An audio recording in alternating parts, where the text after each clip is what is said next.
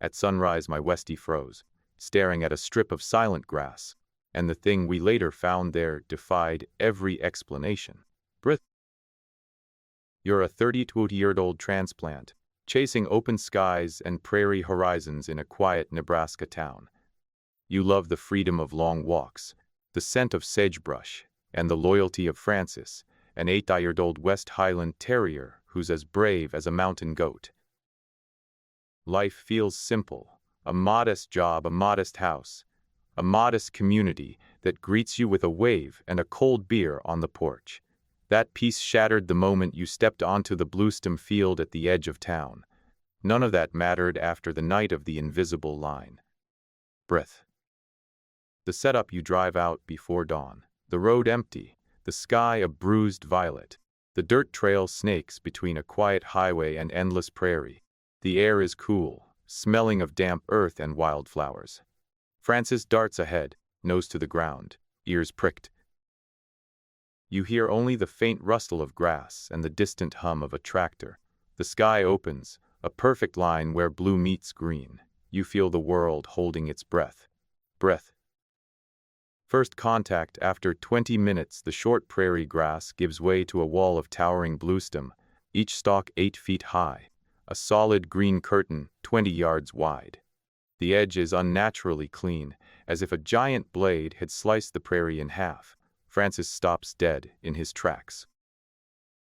His hackles rise, tail stiff, eyes locked on the field. He doesn't growl, he doesn't bark. He simply watches, muscles coiled. You reach for his leash, heart thudding, but the dog refuses to move. You try to see what holds his gaze. The grass sways, but nothing stirs. No rabbit, no fox, no wind. The silence feels heavy. You scoop Francis into your arms, feeling his small body tremble. He fights, teeth snapping, then quiets as you turn back toward the trail. The field remains unchanged, a green wall that no one else can see. Breath. Escalation.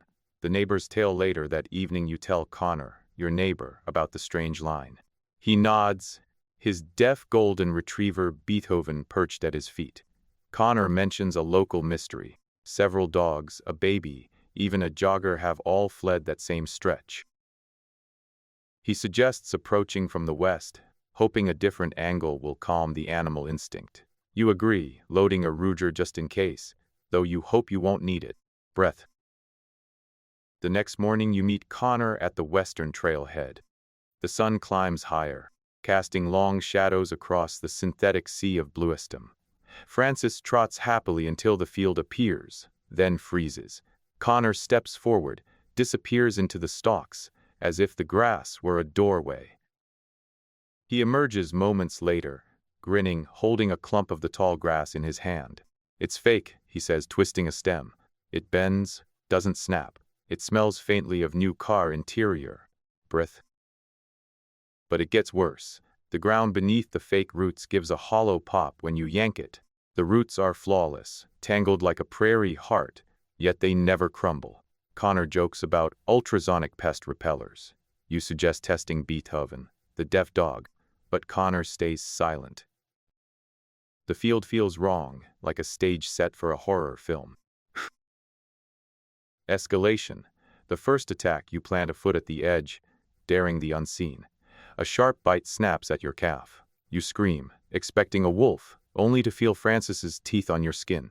He releases, eyes apologetic, as if he never meant to hurt you. Blood drips, the pain sharp, the fear sharper. Connor reappears, bewildered, muttering about don't echoing in his head. The word loops in the wind, a mantra you cannot hear but feel pressing against your thoughts. The reveal, the human line determined. You and Connor arm yourselves, bring Beethoven along, and head back. The field stretches further than before, its edge now a jagged scar in the prairie. You walk in, the synthetic stalks brushing your arms, the world muffled. Suddenly the air goes dead silent. No rustle, no footfall, no bark. It's as if the field has turned off every sound. Breath. Then you see them, a line of people lying on their backs, faces turned skyward, bodies stacked like dominoes. A man in a faded shirt, his mouth moving without sound. A woman beside him, sneakers brushing the grass. More figures stretch ahead, each one perfectly aligned, each one silent. The line extends beyond sight, a human carpet laid across the prairie. Breath. Your heart hammers. You reach for Connor, who lies among them, eyes vacant, pulse gone. You pull his arm, drag him out of the line, feeling each body as a cold barrier. Beethoven yelps, runs ahead, and you follow, dragging the limp form of your neighbor through the synthetic sea. Breath. You stumble back to the trail, blood still seeping from your calf, breath ragged. Sirens wail in the distance.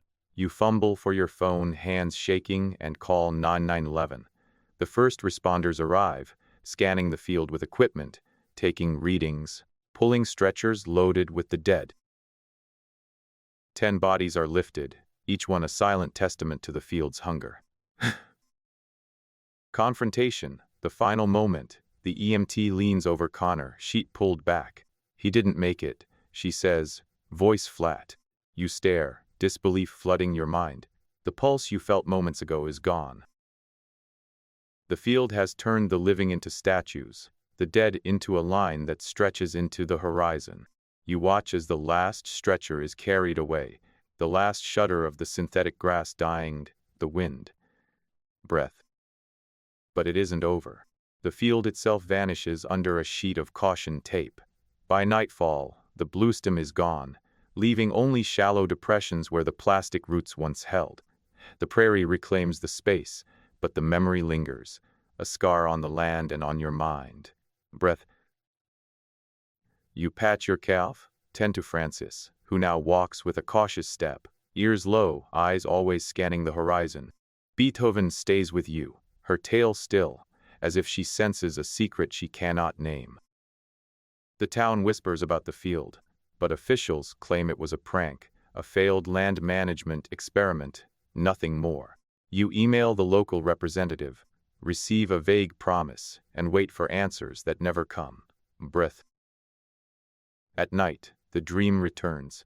You wander the endless bluestem, voices chanting over and over, a bottomless abyss yawning beneath the grass. You wake with a perfect circle burned into the back of your eyelids, a reminder of the line you crossed. What really happened in that field? Was it a government test, a supernatural barrier, or something far older than the prairie itself? The truth remains buried beneath the dirt, waiting for another curious soul to step over the invisible line. Breath. If you crave more stories that linger in the dark, try Audible's horror collection. 30 days free. Perfect for sleepless nights. ATPs. www.audible.com, ep free trial. Breath. Subscribe for a new nightmare delivered each week, and keep the lights on. What do you think really happened in the field? Drop your theory in the comments, and save this video so you don't forget the warning.